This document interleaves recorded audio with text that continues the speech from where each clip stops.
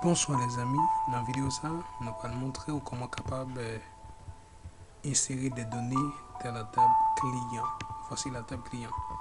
Mais ce que vous devez savoir au départ, c'est que quel est le rôle de la clause insert. La clause insert, quand on crée une table, elle est vide. C'est-à-dire, la table ne contient rien, c'est-à-dire elle ne contient pas de données. La première chose à faire, c'est d'insérer des données dans la table. On utilise toujours la commande insert pour insérer des données dans une table quelconque. On peut insérer une ou plusieurs lignes dans une table. Mais ce que vous devez savoir, c'est que il y a deux types d'insertion. Il y a insertion standard, il y a insertion étendue. Maintenant, dans l'insertion standard, on spécifie le nom de la table dans laquelle on souhaite insérer des valeurs ou des données en parenthèse. C'est-à-dire, il faut spécifier le nom de chacune des colonnes. C'est-à-dire, par exemple, il y a ici la table client contient plusieurs colonnes, nom client, prénom, adresse, téléphone. Mais nous allons faire une insertion standard. C'est-à-dire, il nous faut d'abord entrer la commande insert into le nom de la table qui est client, colonne 1, colonne 2, colonne 3, values, c'est-à-dire les valeurs qu'on va ajouter ici, et on met les valeurs de chaque champ. Maintenant, ce que vous devez savoir, c'est que il faut mettre que le nombre de valeurs correspond avec le nombre de champs qui se trouvent dans la table. Par exemple, il y a ici 4 champs. Maintenant, nous devons insérer 4 champs. Maintenant, pour insérer des données dans la table client, on va voir comment faire. Maintenant, pour faire ce travail, je vais insert into le nom de la table qui est client, entre parenthèses,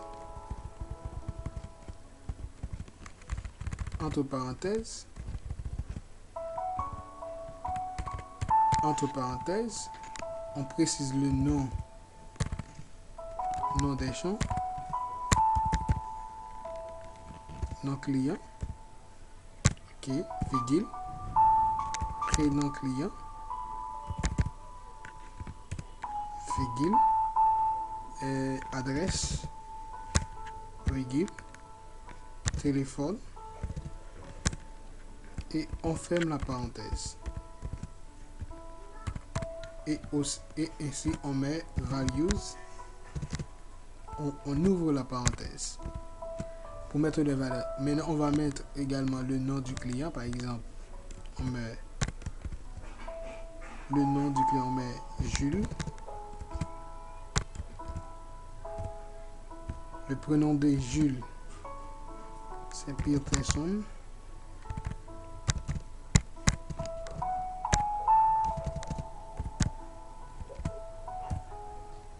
on précise son adresse, Delma 32, on met Haïti par exemple, on met Haïti,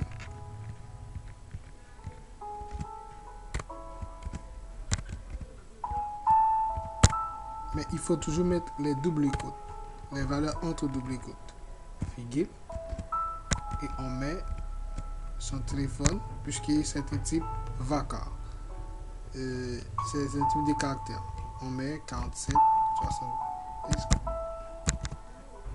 on ferme et c'est voilà. Maintenant on ferme la parenthèse, mais on met point virgule. Maintenant la table est, voilà la manière la manière qu'on peut faire pour pouvoir insérer des données dans la table. Maintenant nous allons voir est-ce que la table client est déjà existée, est déjà créée. Maintenant je fais show tables,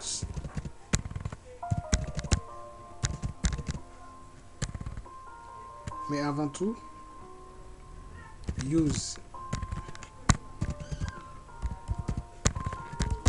il faut utiliser la base. Ok, voici la base existe. Il faut afficher les tables qui se trouvent dans la base pour voir est-ce que la table client est là. Maintenant la table client n'existe pas, donc je dois créer d'abord la table client. Maintenant pour créer la table client, je dois faire ce create table, le nom de la table. Maintenant je dois insérer cette table là avant de faire de l'insertion. Donc je dois d'abord insérer ces données-là. Maintenant, si je fais la même commande sur Tables, maintenant la table client existe. Maintenant, si je veux voir l'ensemble des colonnes qui se trouvent dans la table client, je vais faire Dex client, le nom de la table. Voilà, la table existe maintenant. Maintenant, on peut insérer des données. Si la table n'existe pas, on ne peut pas insérer des données là-dedans. Donc, c'est pourquoi il est important de créer d'abord la table, puis insérer les données. Maintenant, on va insérer maintenant les données.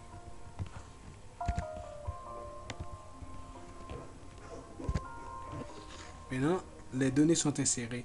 Qu'est-ce que vous devez voir? Comment peut-on faire pour voir l'ensemble des données qui se trouvent dans une table? Il faut sélectionner d'abord les données. Select.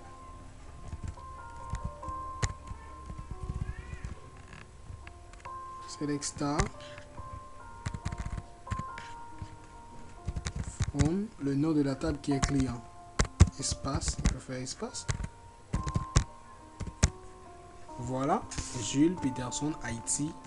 Voici son numéro de téléphone. Maintenant, c'est comme ça qu'on doit pouvoir insérer des données. Je vais insérer une autre ligne dans la table. Je vais insérer une autre ligne, une autre information pour une autre personne. Je vais mettre, par exemple, Jean Terson, USA. J'ai changé son numéro de téléphone, donc son numéro se termine par 75. Maintenant, je peux insérer une autre ligne. Ok, contrôle. Voilà. Si je fais la même commande select star from, vous allez voir.